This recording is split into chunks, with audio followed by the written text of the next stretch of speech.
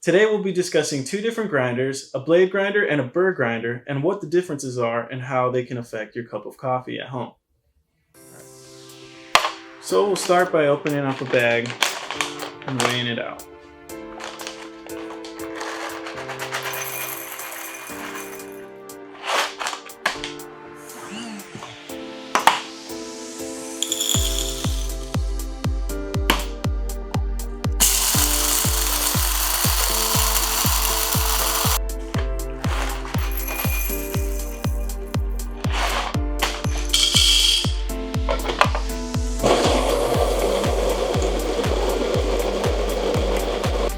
As you can see here from the blade grinder, you get various grinds which can affect your cup of coffee. Over here you can see a more consistent grind size which gives you more control on how you make your cup of coffee.